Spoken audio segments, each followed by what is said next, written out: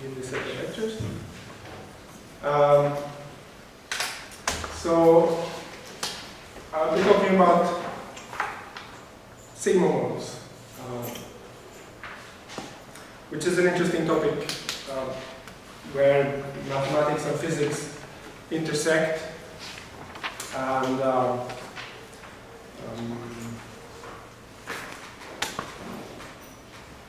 co-breed in an interesting way, leading to I think, new discoveries both in mathematics and physics. So I'd like to give you some flavor of this, but I'll try to be very basic. And if something is not clear, please stop and ask, and I'll try to provide a better description as far as I can. So let me just try to start by defining things. So sigma models, it's about using embeddings of a manifold into another manifold.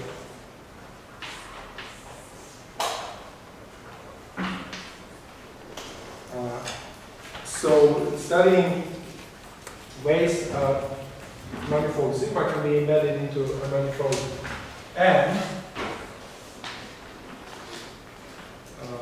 It's not a new idea as a method of studying geometrical properties of M. So think about, for instance, geodesics. Geodesics are embeddings of one-dimensional manifolds into a bigger manifold, and you can find out many things about the geometry of the bigger manifold by studying geodesics. So sigma model is a sort of generalization of this idea.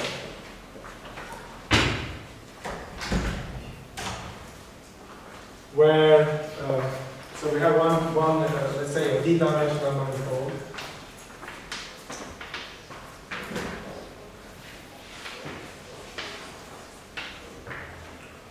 And we study maps into a big d-dimensional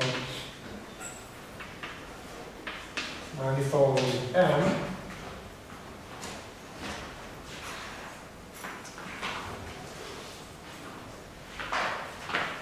And there could be, and will be, different additional structures both here and here. So, for instance, on this side, we could have metric,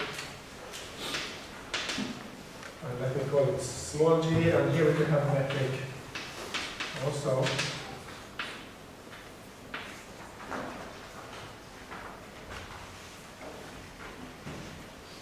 And then, depending, well, there are various other structures that you can add, and the whole topic is about studying the properties on this side, depending on the geometrical structures here on this side, or oppositely you can add structures here and see what this means for geometrical properties on this side. But this is the basic setup. So this is there always, and then we can add more things to it. So I'll try to go by showing you examples, and not sort of trying to exhaust all the possibilities, but just showing you interesting examples.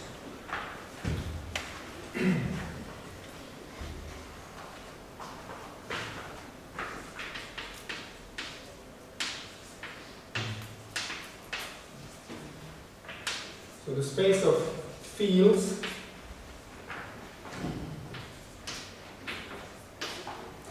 is the space of maps from sigma to M. And of course, I can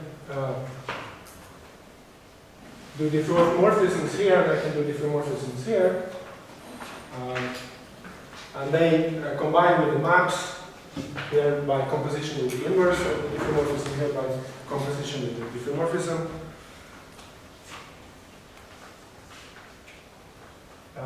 So that everything transforms naturally. Now, there's a third ingredient in this, which is important. And it's also always there.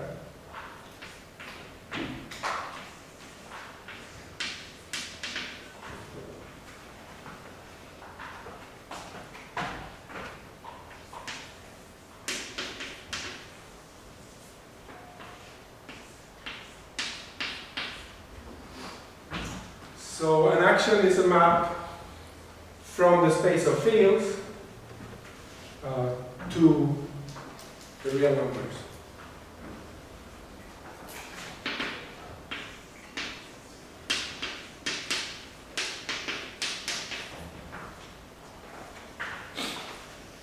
And the choice of the action is important in the the third ingredient in specifying the sigma model that we're interested in. So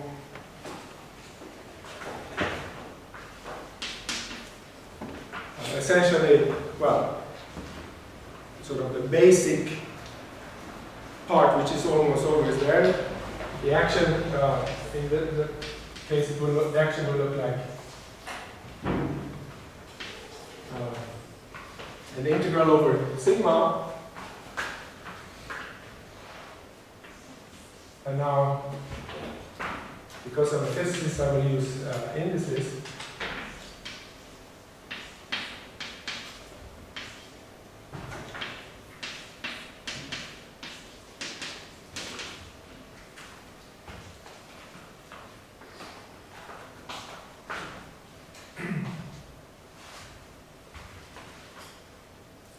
So what did I do?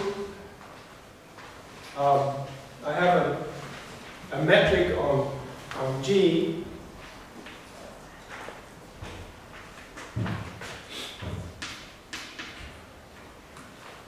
Sorry, I have a metric on sigma, and I introduce coordinates on sigma, and I will call them usually psi. And they will carry small Greek indices. And then I introduce coordinates on M, which I will call phi, and they will carry capital Latin indices. So if I want to do an integral on sigma, I created a scalar by taking the pullback, essentially, of the metric and contracting it with the metric on sigma. So I can take the metric here, and get something on sigma by pulling it back, contracting it with this metric to get the scalar that I can integrate. Right, and you can write it in a more coordinate-free form.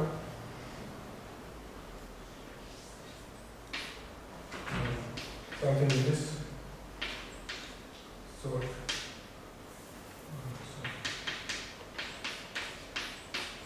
So if you don't like indices, you could think of writing something like this, where, well, it means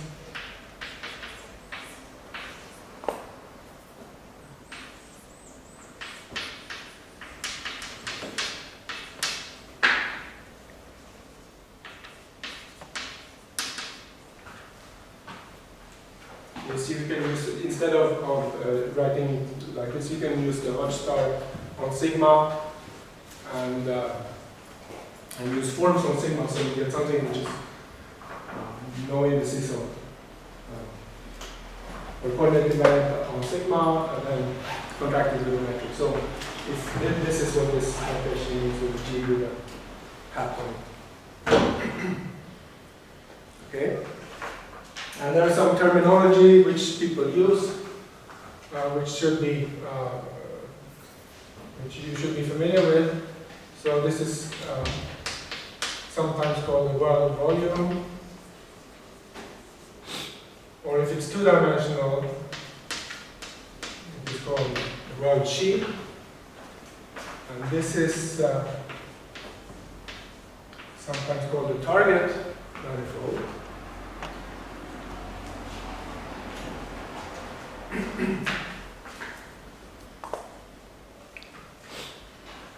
So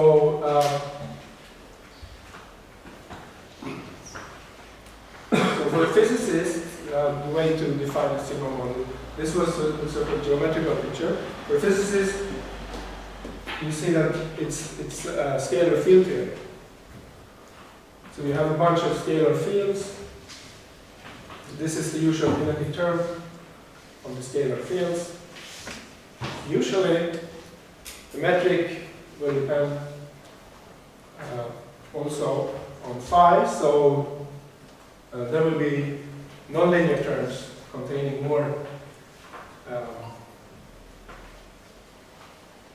containing more than 2 scalar fields. So that's usually a nonlinear, that's called a nonlinear sigma model. But if G is constant, it gives you a free scalar field theory.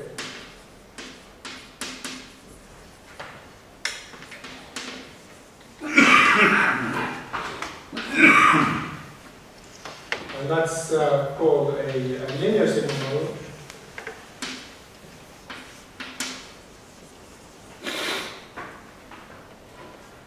And if it's not a linear sigma model, then it's a nonlinear sigma model.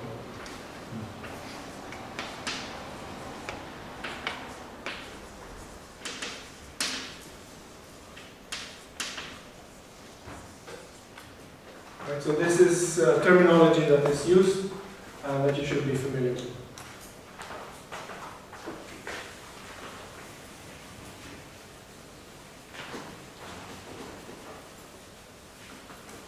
Okay, so there are, of course, examples from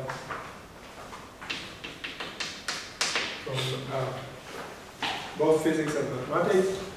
The most interesting one, I shouldn't say that, but maybe the one that you will see most is the application to string theory.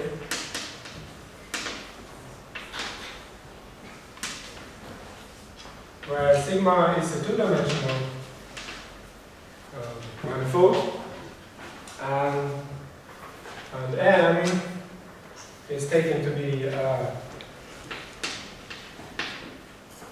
10-dimensional manifold. Sometimes it's in Minkowski space, sometimes it's some tensor product or 4-dimensional Minkowski space with some LRBL threefold or something like that. So this is for us an important example. But there are important examples in physics. Well, the whole idea of sigma models originated in physics, where Gell-Mann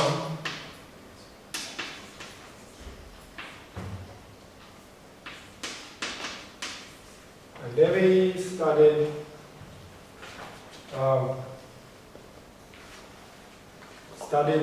low-energy effective models of mesons. So essentially they were studying models where you can make mesons of two massless quarks. So you have a SU2 flavor symmetry. And they were studying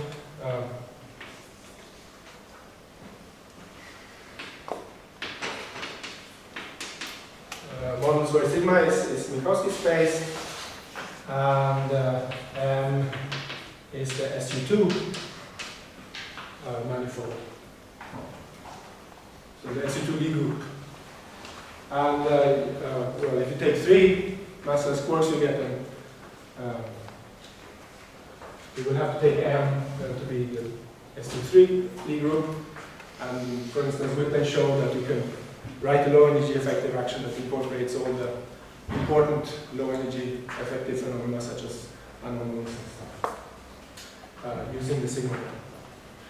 So that's actually where the term originated. But it's also used, or the model originated.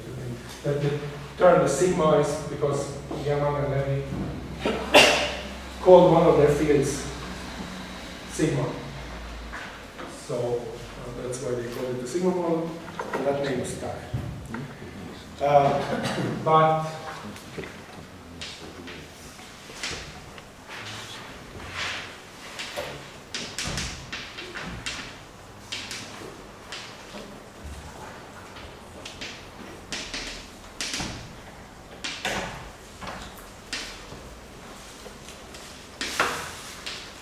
But you can also find applications in fundamental physics, where for instance, you describe, try to describe a magnet.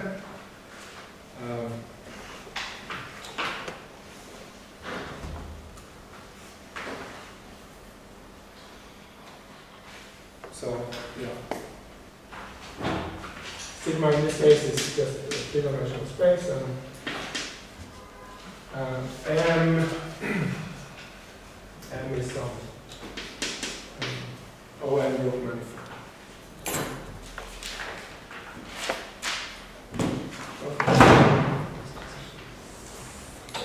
So the concept, yeah. Excuse me, what do you put N3? Just Euclidean three-dimensional space. Yeah. Bad notation. M was the target manifold, now it's some. Is this better? Right, so now let's be more concrete, okay? So let's look at this absolutely most simple sigma model you can think of.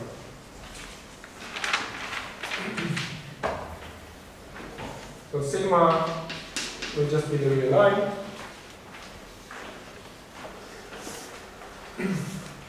And G will just be a constant metric. So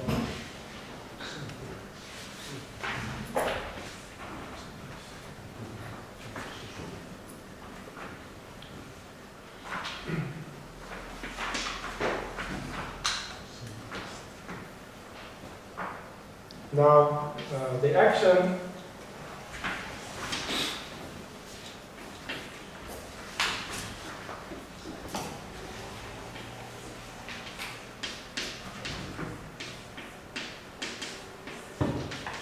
writing it with indices, if you allow me.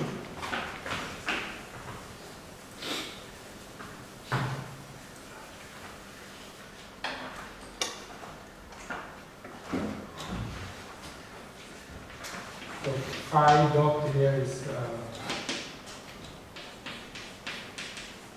the derivative of the map with respect to the coordinate on sigma, which I call tau.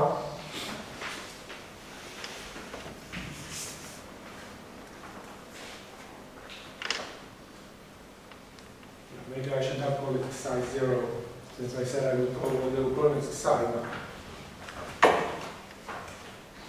Let's leave it like that. So this is a random sigma model.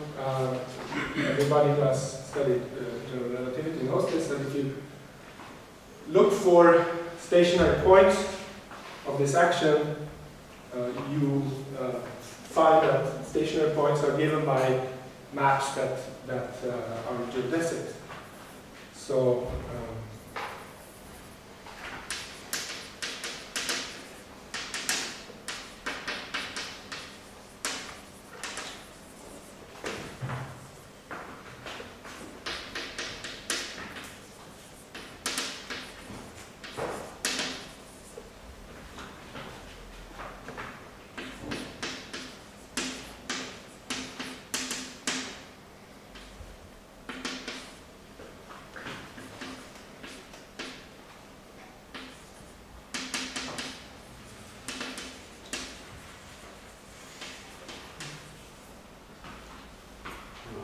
Contracted in phi? because, well, try to, this is just a rewrite of this.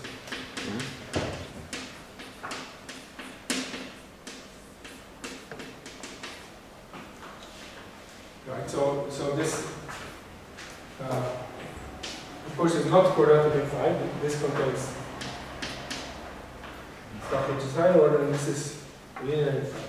Right? But so if you... So this is exactly coordinate derivative of phi dot. I don't understand why we have phi dot times coordinate derivative phi.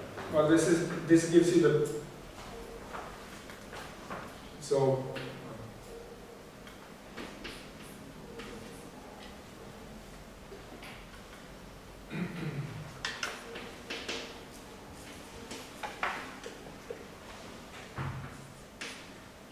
Ah, okay.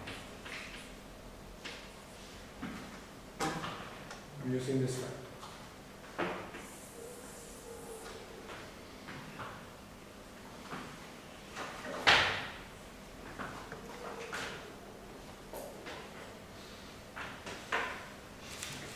So this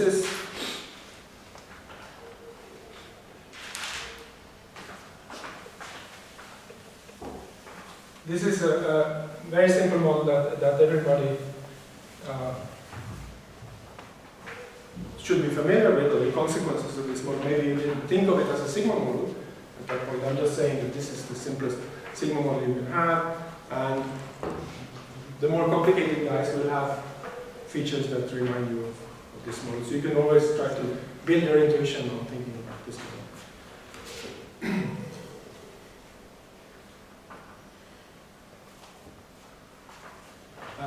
I will use it at some point in the future, or many points in the future, just so we keep it in the back of our minds for the rest of the lecture. But okay, so now we start getting into the interesting stuff.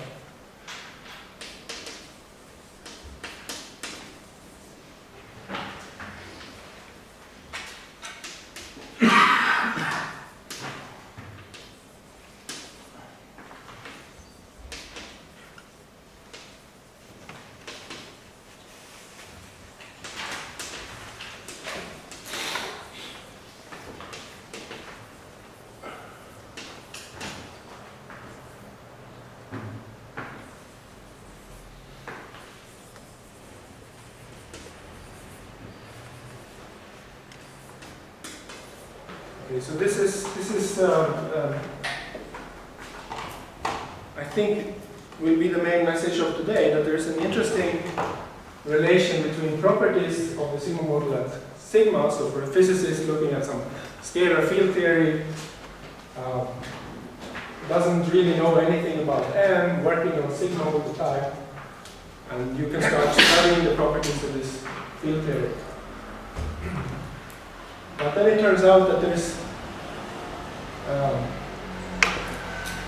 consequences if M has some special properties.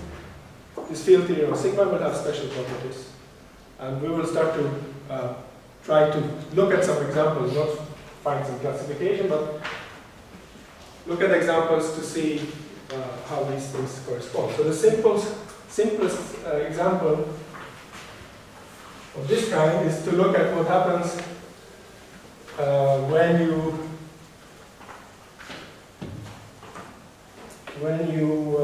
do Lorentz transformations on M.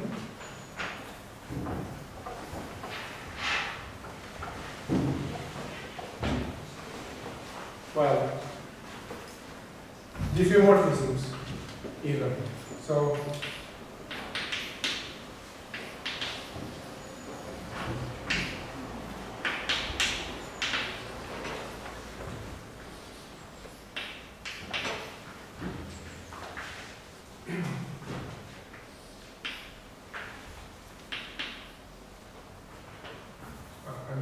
we'll look at infinitesimal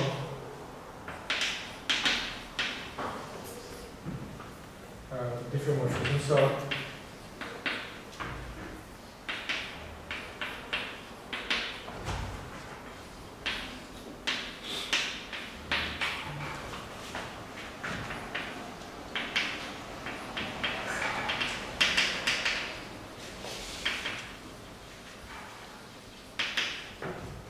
So look at some transformation of this type. This is an infinitesimal diffeomorphism on M. How does this change the sigma mode? So you look at the change in S to first order in epsilon.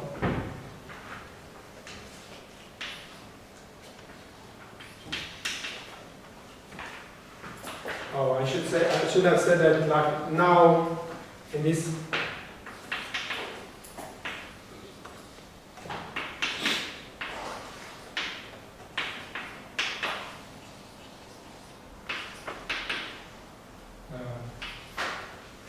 So let's choose G to be constant because symmetry.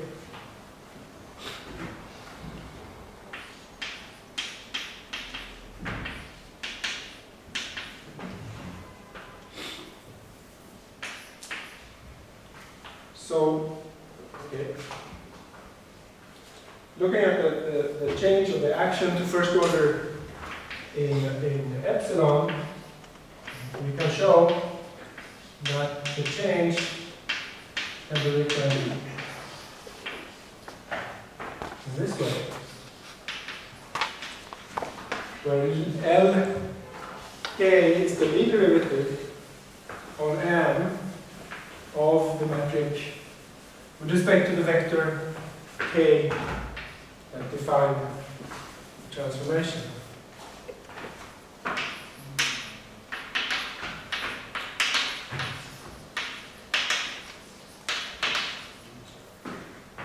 So that shows us that if M has some special properties, namely that there exists a Killing vector,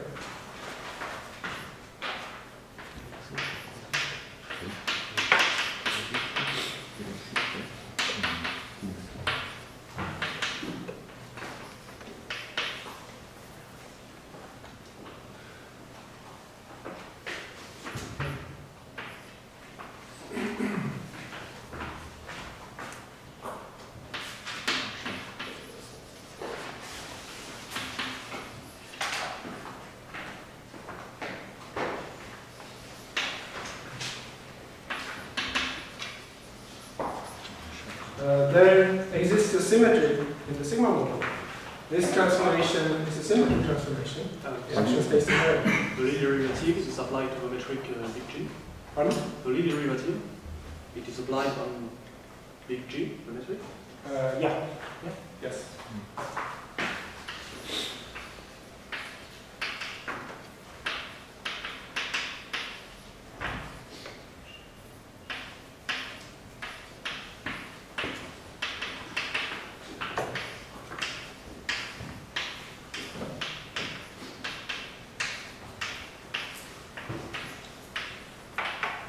Just to be concrete, this is the index version. Yeah? So you're working on shell, right? Yeah. A symmetry, I mean, if you want to think about symmetries, you need to work off shell. There is no such thing as a symmetry. No, but this formula uses the equation of motion. No. When you check symmetry, you never use equation of motion. But here, in this. No? It's just proportional to the derivative. I didn't use equations of motions anywhere because there is no such thing as a symmetry up to the equations of motion. When you check the symmetry of the action, you never discuss. No, in general, no, but in here, in this derivation, No. This is an honest symmetry and no equations of motion. and then, why don't you get? I mean, you're integrating by parts, right? I am integrating by parts, yes. Yes.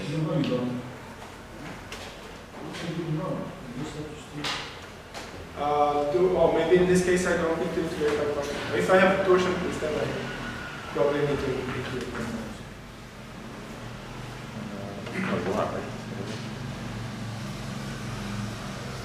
Well, let's see, this piece here comes from varying G, right? Yes. Okay. This piece comes from varying, so I don't need to. Okay, you don't it need comes to from, shell. from Okay. the variation here, Yes. and this piece comes from the variation. Yeah. Mhm. So there's no integration by parts. Yeah. What is the index on the K? Why there is an index? LKGMN equal K to the. No, Right. that's the question. Let's get to it. Yes. Yes. Yeah. It's an L. L. Yeah. Sorry. I started by writing something else, which we have mixed up with this. So, sorry, this is non-linear sigma model, so. Yes. Non-linear sigma model. It also works for linear sigma model. Then you have lots of isometries, and there are lots of symmetries.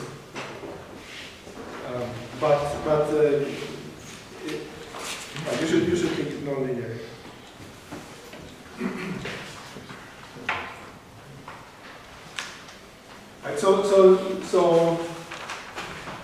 is the sort of archetypical example of things we will encounter and the things that I will be interested in.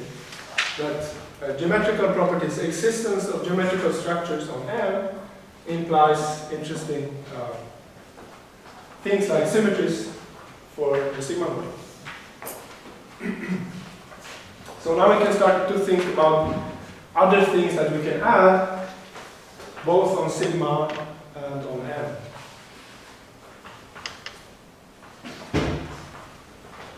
And one thing,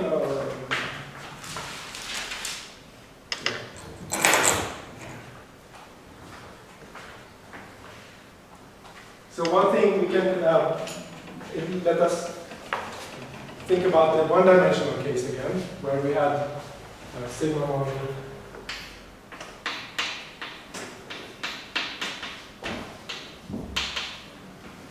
looking like this. And it gave us the geodesic equation. So physicists would think particle moving in M. And then a physicist would say, okay, what happens now if there are some forces acting here? And the most natural thing to think about is an electromagnetic force.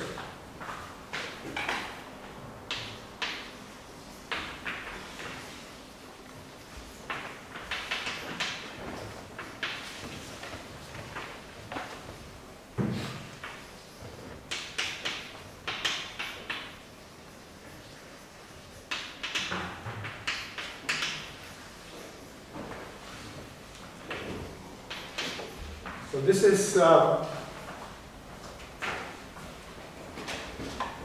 further structure on M, existence of some, well, they're not vector fields, together they make up an antisymmetric two-form.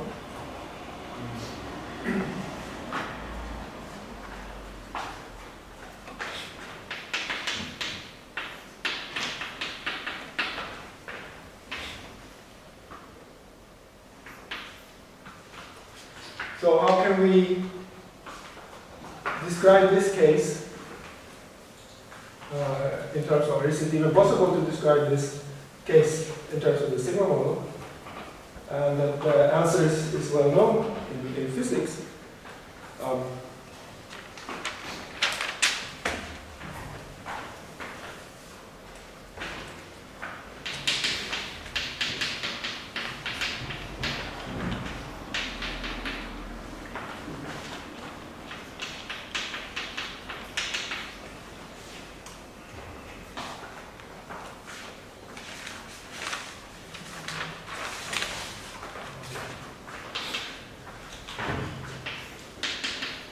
So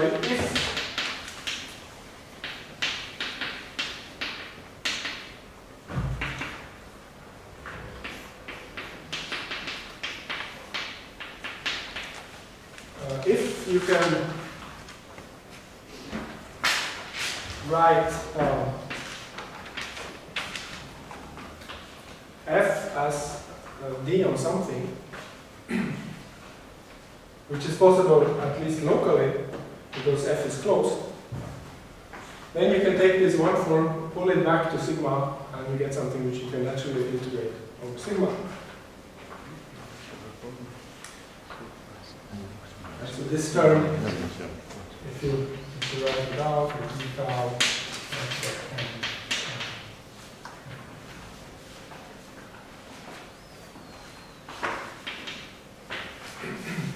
And if you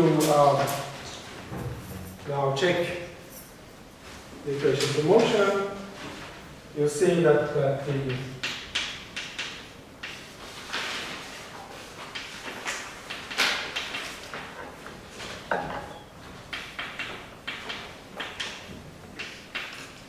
you get the force term on the right hand side coming from the electromagnetic field. So this is now the solutions of this equation describes charged particles moving in an electromagnetic field in a curved space, metric G. But here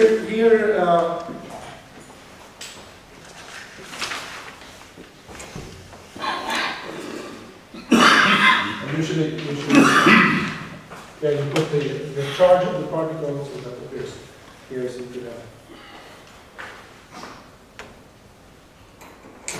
different charges. But here again is sort of important difference between the mathematical approach and the physics approach. So physicists are used to think locally in coordinates. And for a physicist, a closed form are written like this. And they don't really care if this is possible only locally or if it's a global thing. So one should be aware of that when we look at things in the physics literature. That sometimes people say things which are valid only locally. And the calculations that you get out of the sort of physics way of thinking are usually local statements, and then you have to work a little bit to make them global. Right, so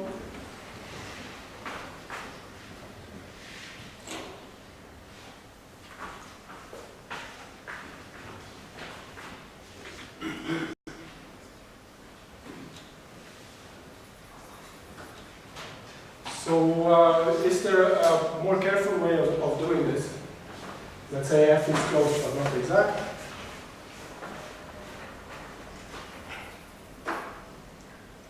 So one could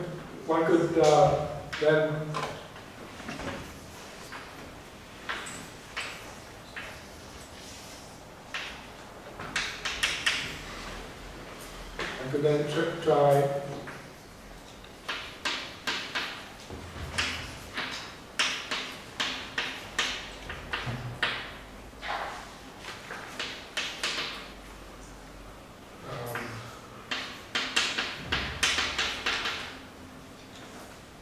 to do things locally in batches and then make things work globally.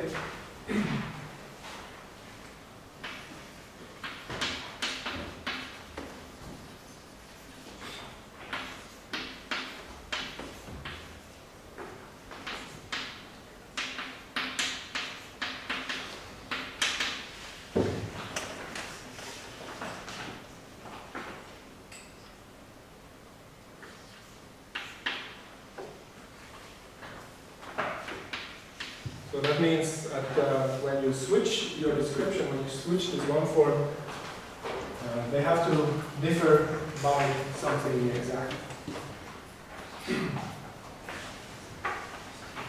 Well, in this coordinate match.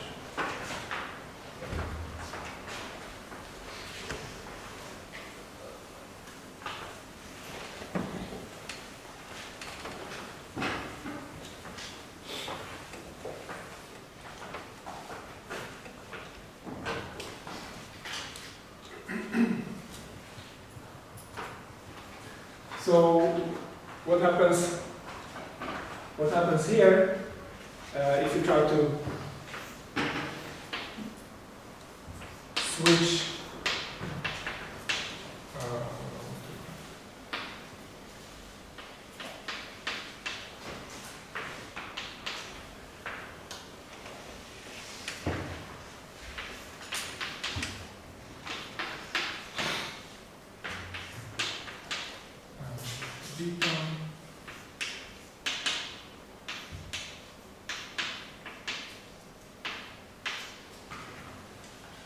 so this is perhaps not such a big surprise. You see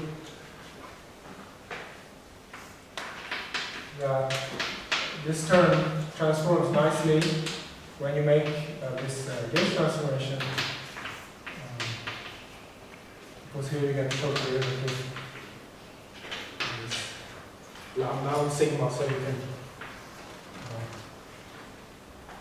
if your manifold doesn't have any boundaries, this term doesn't contribute.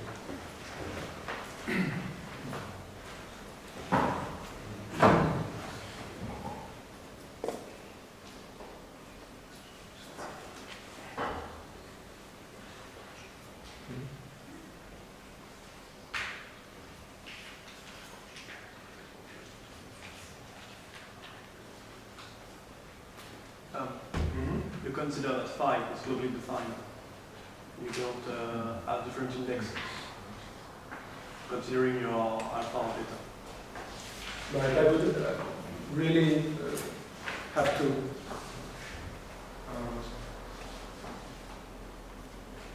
do that also, change coordinates between patches, yes. That's correct. But then you have a term. Pardon? I mean, you have to split your sigma such that each portion stays in one coordinate patch. Yeah. So, so each piece then has a boundary. There's Then, a- and then you get these boundary terms. Right. And you cannot get rid of them. The full description, Yes. if you want to do it in terms of patches, is more complicated than this. There is more to this story than that. Now I'm just trying to show that this gauge transfer, yeah.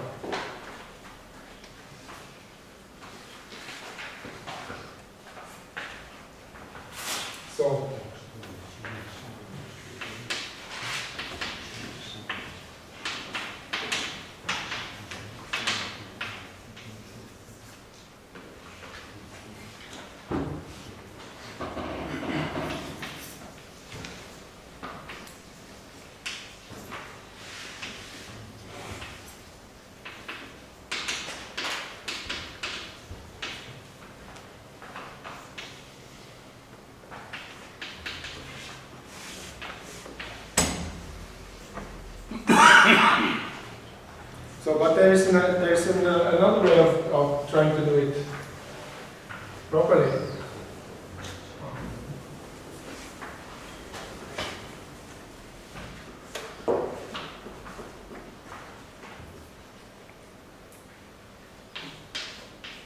So,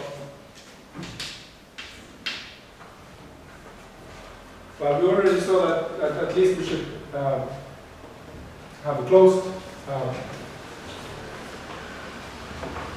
manifold in order for this term not to contribute.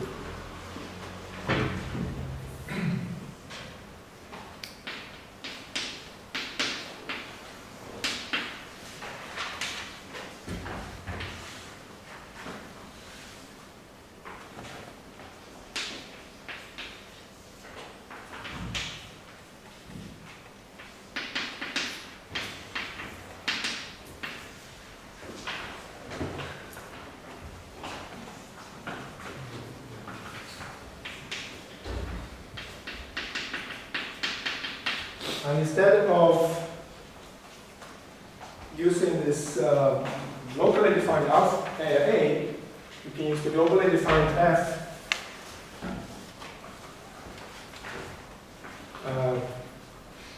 and integrate on this two-dimensional surface with boundary sigma.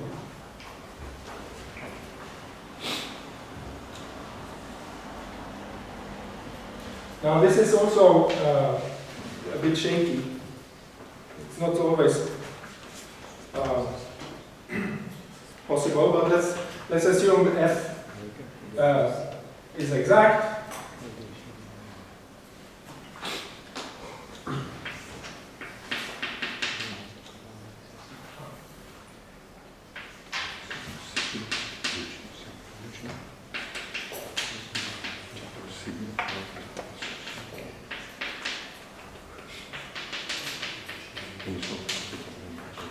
So if it's exact, then there is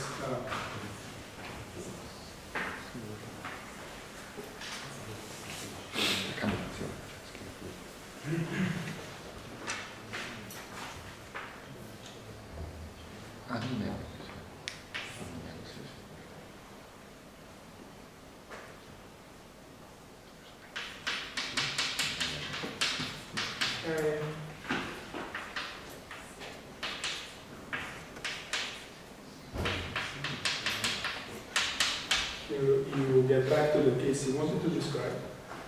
Wait, you're not choosing R in M. Pardon? You're not choosing R inside M.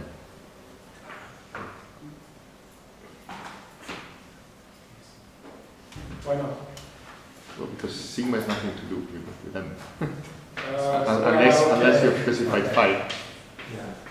Okay, Okay, you specified phi, okay. Yeah. Okay. Right. And then you restrict fields.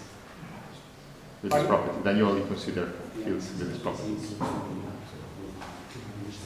No, you don't consider field with this property, you consider manifold with the properties and look at some conditions. This is So you assume that the target is simply connected. Right. yeah. So that's what I'm. So perhaps you don't want to write 5 star, but just restriction of that one. That's sort of like it's confusing that in that you may need to extend the map to the whole bar. Yeah.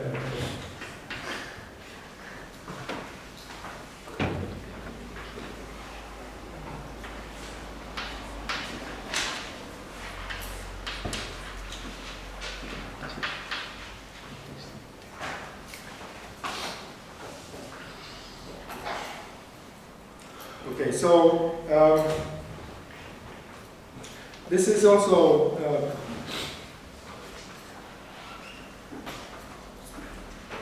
not that easy if f is not exact.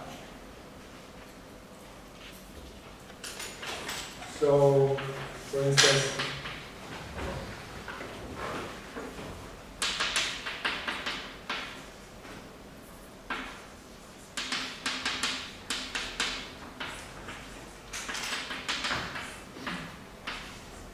you can choose different surfaces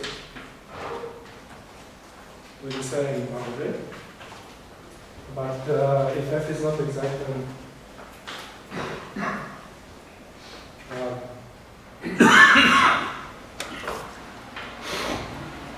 they don't have to be equal, these two integrals.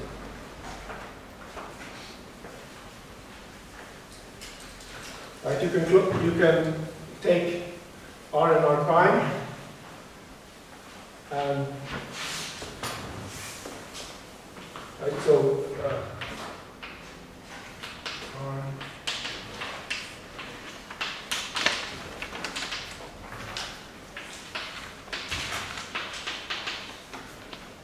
so now it depends on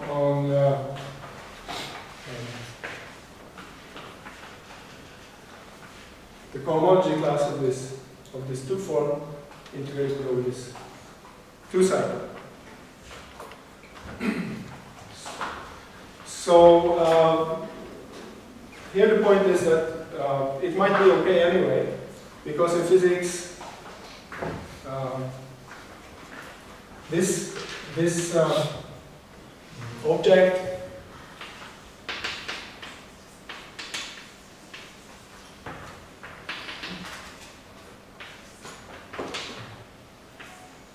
will always appear in the exponent with an I there, and we only need to require that this is well defined, not the integral by itself.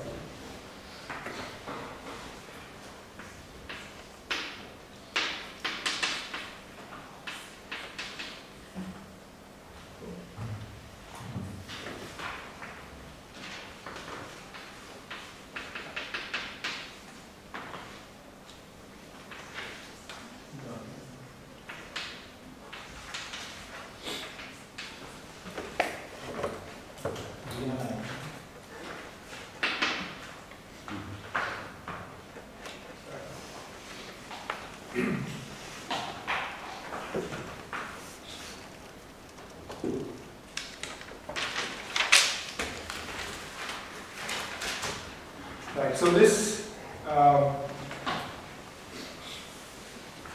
trick now carries over to other sigma modes in other dimensions.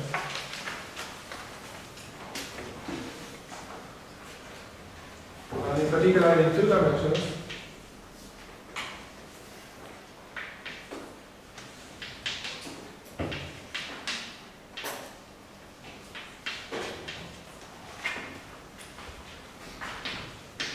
The natural structure to add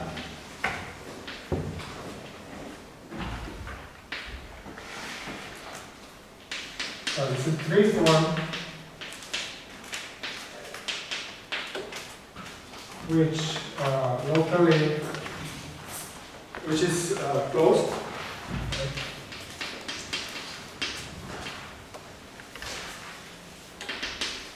So locally we can write it as a D on the 2 form, B, which is usually called B.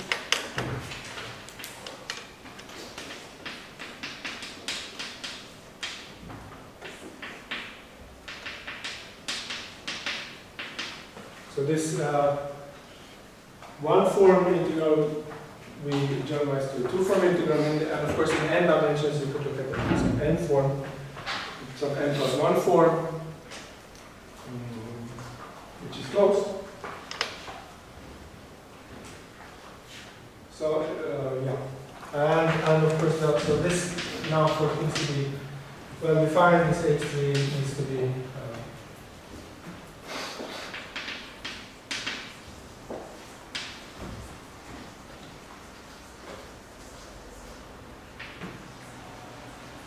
some representatives integral from all G class, if it's not exact.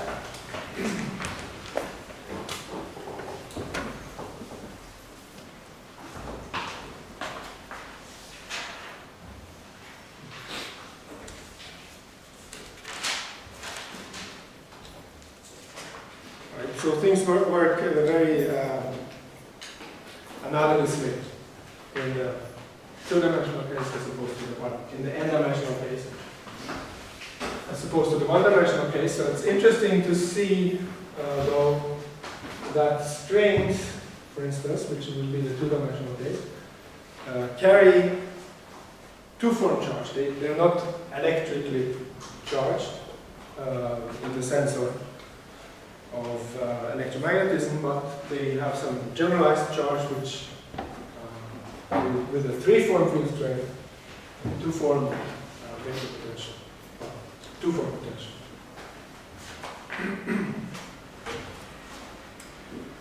Okay. Right. So the two-dimensional case, which is the one I will be mostly interested in, if we add, so again, locally, let's write this locally.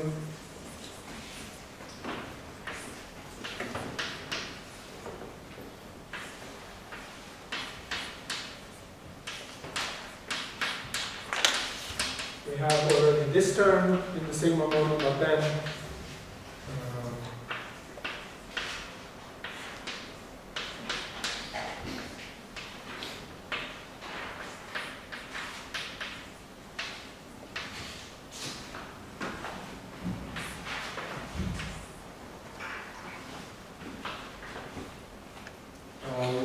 when we do the pullback of the 2 form, we get this term where epsilon is good.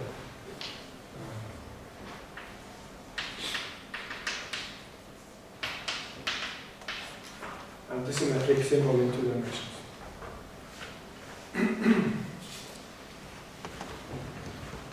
So since this is a bit unfamiliar, one can try to look at the equations which will determine the phase that extremizes this action.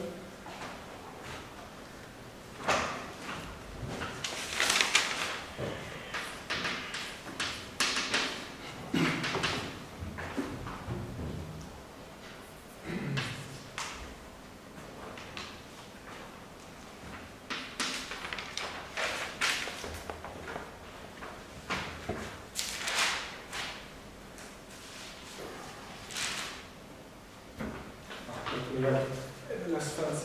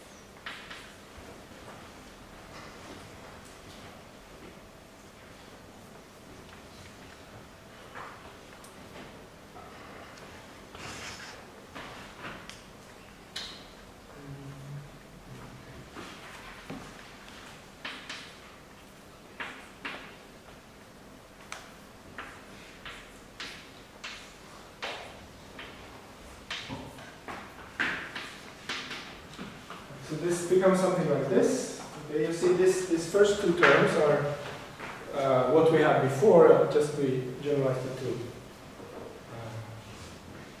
two dimensions. It's not just, remember in one dimension this equation, the geodesic equations look something like this. This is the Levi-Civita connection, coefficients.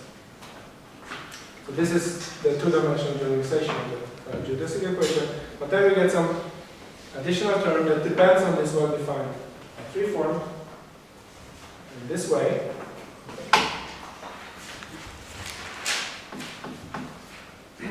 And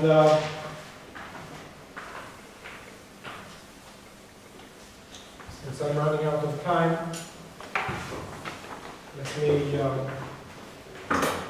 skip some of the details. Say let's choose some special coordinates on sigma.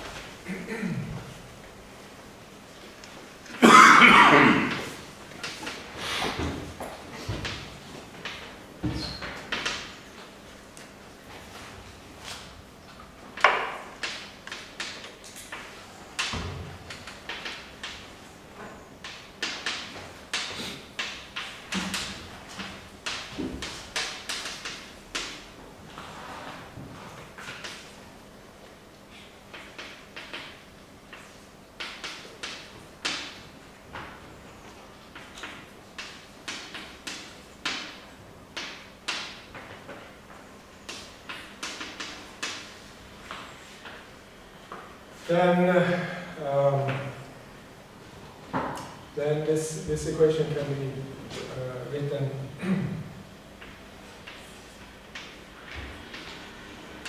for instance it comes to this line.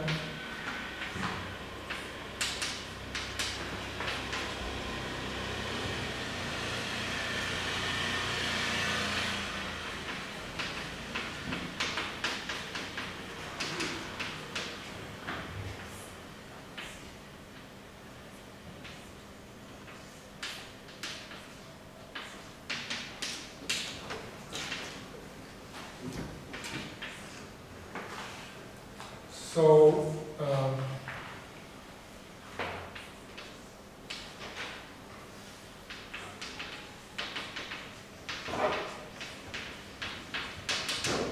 we see that this two form that we added, or let's say that really we're adding the three form, that's the geometrically well-defined object. It gives us torsion, a new connection that naturally appears on M, which has a torsion piece, H. So there's a symmetric part, that's the Levi-Civita connection, and then there's a torsion part, which is given by this three form H, where you raise one in the position.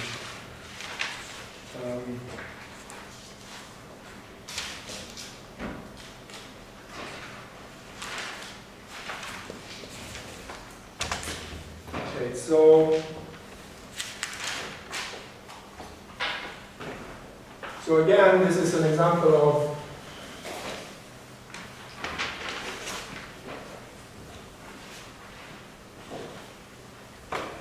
maybe not quite yet, but the interplay between structures on M and structures in the sigma model. And that the thing that I wanted to, the last thing that I wanted to tell you that I don't have time to tell you was about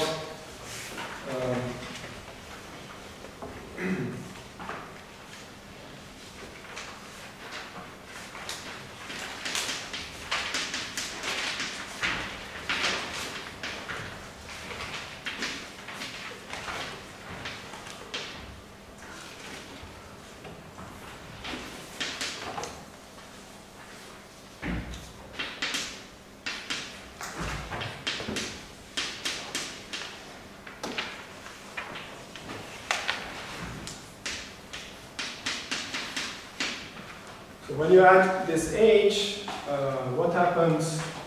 How does the calculation we did before with the diffeomorphisms on M, how does that change?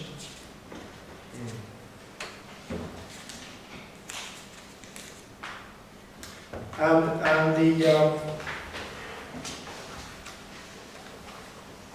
the upshot, which I don't have time to show you, maybe I can do it in some other lecture when I will need it, is that, well,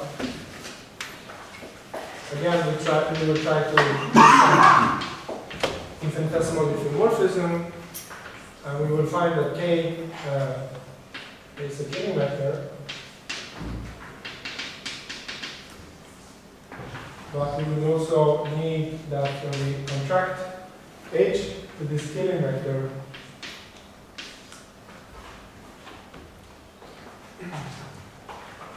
we get the closed form, which is equivalent, since H is closed, that the Lie derivative on H is 0. So not only needs this Killing vector needs to satisfy one more constraint, but the Lie derivative on H is also 0, not just the Lie derivative on G.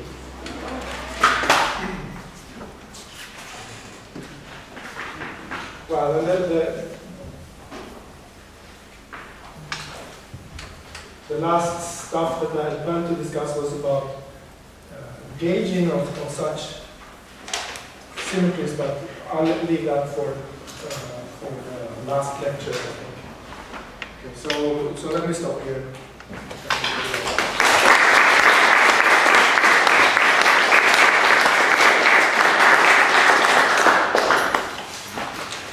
Are there questions?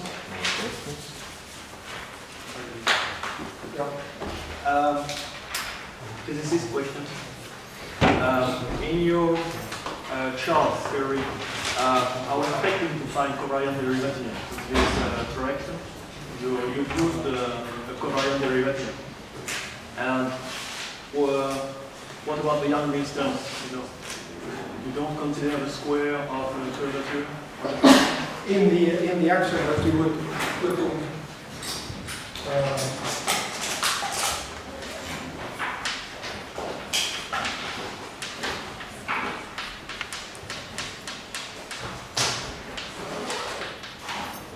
Yes. What do you mean?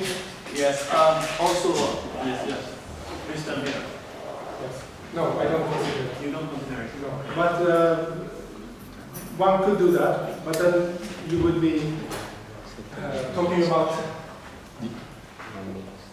I mean, if I do this, I'm describing some. If you think about it in a physics way, I'm putting in an external magnetic field. Okay. It's not part of the dynamics of the theory. I'm just putting it in. Okay.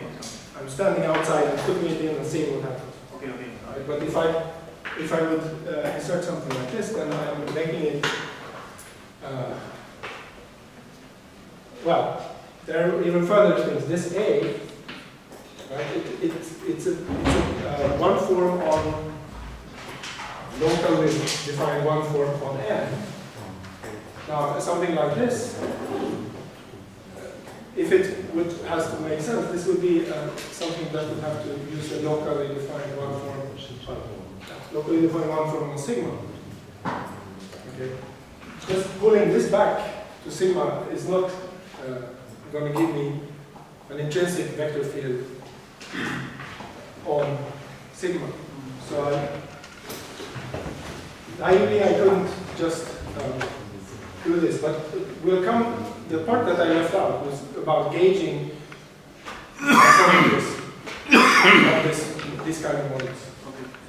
And then I will need to put in vector fields. And indeed, in some cases, it's useful to put in also this sort of kinetic term for the vector fields. But I don't think I will use that feature in this. Yeah. So for your liberation portion, and you need the whole stuff is the portion where the antisymmetric part of that. The antisymmetric part is torsion, right? So if I define the connection.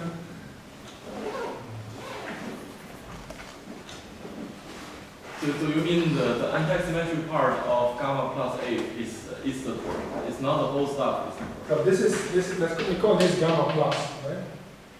Okay. So the symmetric part of this is this. The anti-symmetric part of this is this. If I take the commutator between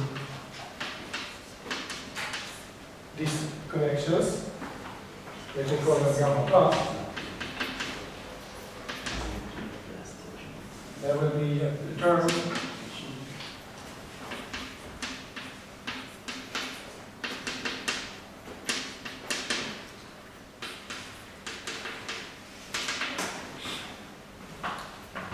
this is the torsion. Yeah. Can I, so the action, the way you wrote it, is not well defined. And then you can play the same trick of choosing some other manifold and integrate this strength. Yeah. And then again you say that this guy is also not well defined if H represents an integral, a cohomology class that is non-zero. Then you play the same game and you say, wait, if it's an integral cohomology class, when I exponentiate, I get something well defined. But this is a quantum effect. However, your equations of motions are well defined at the classical level. Yeah. So I wonder, just the physicists, how do you guys think about this? Is this the fact that deformations of the actions are local things and these are well defined? Why a not well defined action produces me well defined equations of motions at the classical level? Yeah, maybe that's a good way to say it, that equations of motion is really something that makes good sense locally. I don't know if anybody that specialists The have statement is that classically doesn't matter. The equations of motion are well defined. There's nothing wrong with the theory. Photomechanically, you have action on the path integral, so you have to make sense of that and make sense of that in the quantization condition. But then classically, then you're telling me that the action is not really relevant, it's the equations of motions that are relevant. Well, that's right. I mean, you can calculate your orbits, you can make Yeah. equations of motion, but you are good. Yeah. Yeah, that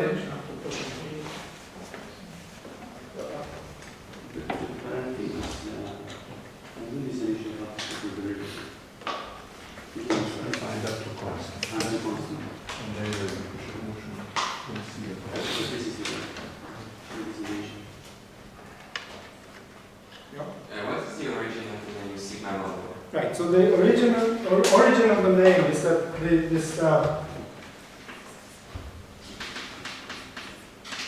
model of German and Levy, where sigma was Minkowski space, and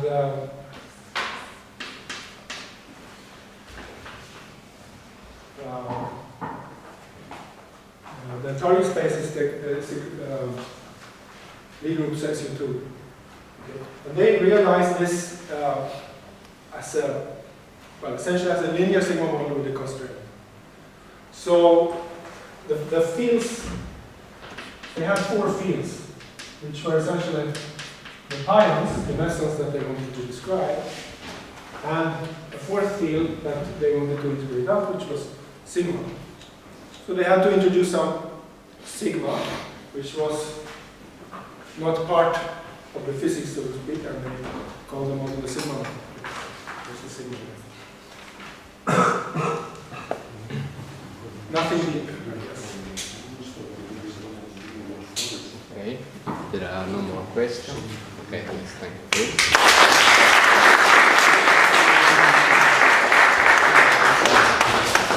We meet again in half an hour. So